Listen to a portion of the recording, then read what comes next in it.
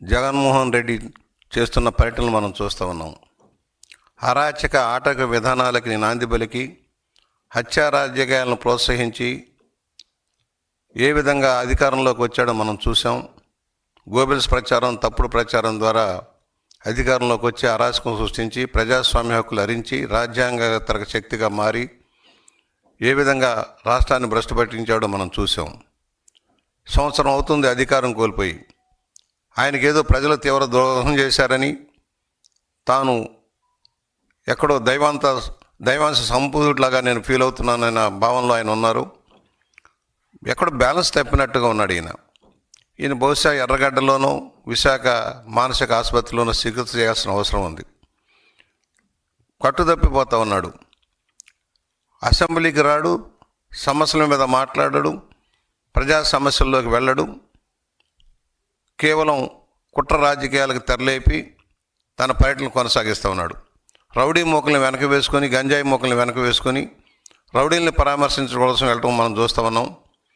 నిన్న సత్తెనపల్లి నియోజకవర్గంలో పర్యటన కూడా మనం చూసాం. కేవలం 100 మందికి పర్మిషన్ ఉంటే ఏ విధంగా 1000 మందిని పోగేసి భయంకరంగా ప్రవర్తించాడో మనం చూసాం.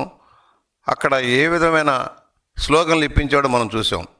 తక్షణమే అధికారం కావాలి, తక్షణమే ముఖ్యమంత్రి సీట్లో కూర్చోవాలి, అరాచకాలు సృష్టించాలి, అవినీతితో దోచుకోవాలన్న లక్ష్యంలో ఆయన కార్యక్రమాలు ఉన్నాయి.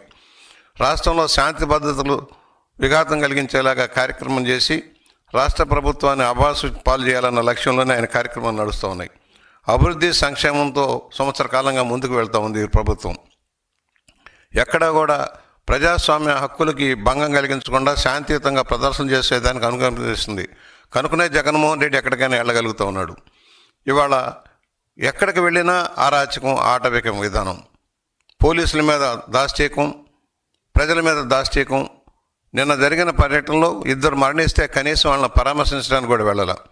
ఎవరు? ఈ నాగమల్లేశ్వరరావు. నువ్వు గెలుస్తావని బెట్టింగ్ కాసి ఆయన అప్పులు తీర్చలేక, బెట్టింగ్ డబ్బులు ఇవ్వలేక ఆత్మహత్య చేసుకుంటే దానికి సంవత్సరం తర్వాత పరామర్శకు వెళ్తావా? సంవత్సరం కిందట వెళ్ళలేకపోయావా? తెలుగుదేశం ప్రభుత్వం రాకముందు జరిగిన సంఘటన తీసుకొచ్చి తెలుగుదేశం వల్ల చచ్చిపోయాడని చెప్పే దౌర్భాగ్య స్థితిలో నువ్వు ఉన్నావంటే, ఎక్కడైనా రైతులు కానీ ఎవరైనా పొరపాటున ఆత్మహత్య చేసుకుంటే దాన్ని అంతా కూడా ప్రభుత్వానికి పంపుతూ ఉన్నావు. అది ప్రభుత్వం చేసే హత్యలుగా చిత్రీకరిస్తూ ఉన్నావు. నీ సొంత బాబాయిని హత్య చేయించి ఆ నేరాన్ని మాఫీ చేసుకోవడం కోసం నువ్వు పడుతున్న తిప్పలన్నీ మనం చూస్తూ ఉన్నాం. పరిటాల రవి హత్య దగ్గర నుంచి అనేక హత్యల్లో సంబంధం ఉన్న నీకు ప్రజాస్వామ్యాన్ని గురించి మాట్లాడే హక్కు లేదు. నిన్నేమంటావు నువ్వు? గంగమ్మ జాతరలో పొట్టేళ్ళు తల నరికినట్టు నరుకుతాం అని చెబితే అది తప్పే ఉందని అంటున్నావు. నేను అంటున్నా, నీ తల నరకొచ్చు కదా. ప్రజాస్వామ్యానికి విఘాతం కలిగిస్తూ, అక్రమ విధానాలు తప్పుడు ప్రోత్సాహం చేస్తూ నక్సలైట్లుగా మారమని చెబుతున్నా నీకు జీవించే హక్కు ఉందా అని ప్రశ్నిస్తూ ఉన్నాం. నీలాంటి వాళ్ళు సంఘ విద్రోహ శక్తులుగా మారుతున్నారు.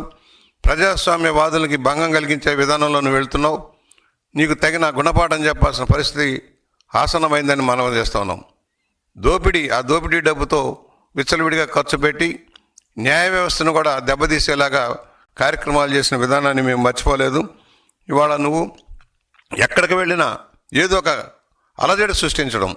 నువ్వు అనంతపూర్ వెళ్ళినా, రాప్తాడు వెళ్ళినా, తెనాలి వెళ్ళినా ప్రతి చోట నువ్వు చేసే అరాచకం. పొగాకు రైతుల పరామర్శతో వెళ్ళావు. నేను అడుగుతాను, నువ్వేం చేసావు రైతులకి? 5 సంవత్సరాల్లో రైతు సంక్షేమం పట్టించుకున్నావా? నీటిపారుదల రంగాన్ని అభివృద్ధి చేసావా? 10 లక్షల కోట్లు అప్పు తెచ్చిన నువ్వు దోచుకున్నావే కానీ ఏం చేసావని? రైతులను ఎక్కడ ఆదుకున్నావు? పంటలకు గిట్టుబాటు ధర ఇప్పించావా? కొన్న ధాన్యానికి డబ్బులు ఇప్పించావా? ఏమీ లేదు కదా. సంక్షేమం మేము ముసుగులో దోపిడీ చేసావు. కనీసం దళితులకి, బలహీన వర్గాలకి, మైనార్టీలు అనేక వర్గాలకి ఇస్తున్న సెల్ఫ్ ఫైనాన్స్ స్కీములన్నా ఇంప్లిమెంట్ చేసావా నువ్వు? అన్ని రంగాలని భ్రష్టు పట్టించావు.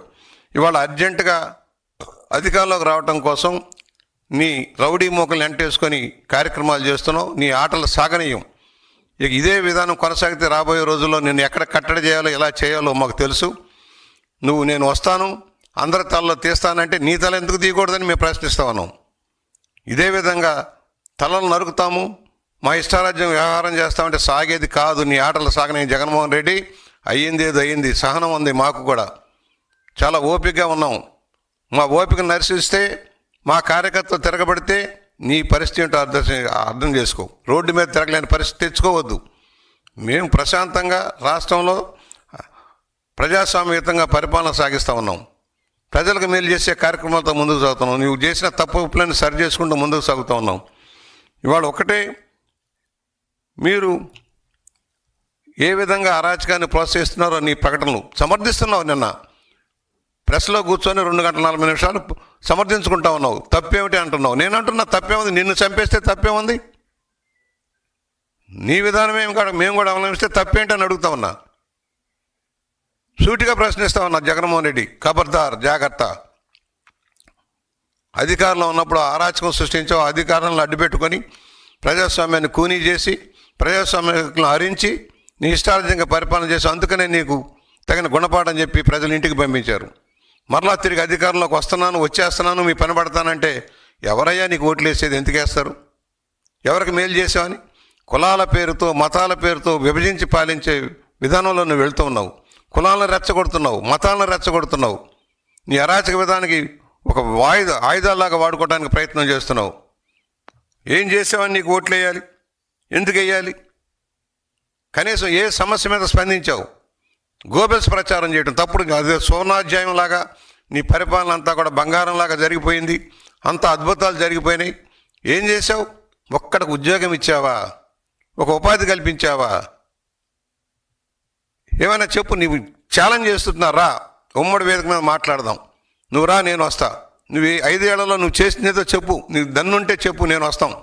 నువ్వేం చేయలేదో మేము చెబుతాం. కనీసం చెప్పుకోవడానికి ఏం మిగిల్చుకున్నావు నువ్వు? 151 మంది అధికారం ఇస్తే అరాచక పాలన సాగించావు. ముఠా రాజకీయాలను శాసించావు. అవినీతి అక్రమాలను పెంచి పోషించావు. లిక్కర్ స్కాములు, మైనింగ్ స్కాములు, ఆఖరికి టీటీడీ ధర్మశాలను కూడా దోపిడీ చేసావు.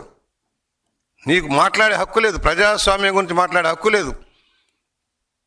పోలీసు యంత్రాంగాన్ని దుర్వినియోగం చేసి ఏ విధంగా చేసావో మనం చూసాం. నాయకులను ఏ విధంగా జైళ్లలోకి పెట్టడానికి ప్రయత్నం చేసావో మనం చూసాం. తప్పుడు కేసులు పెట్టడానికి ఎలా ప్రయత్నం చేసామో చూసాం. ప్రజాస్వామ్యాన్ని అంచివేసావు, హక్కులను అంచివేసావు. ఉద్యోగులను కానీ అందరికీ మోసం దాగా చేసావు.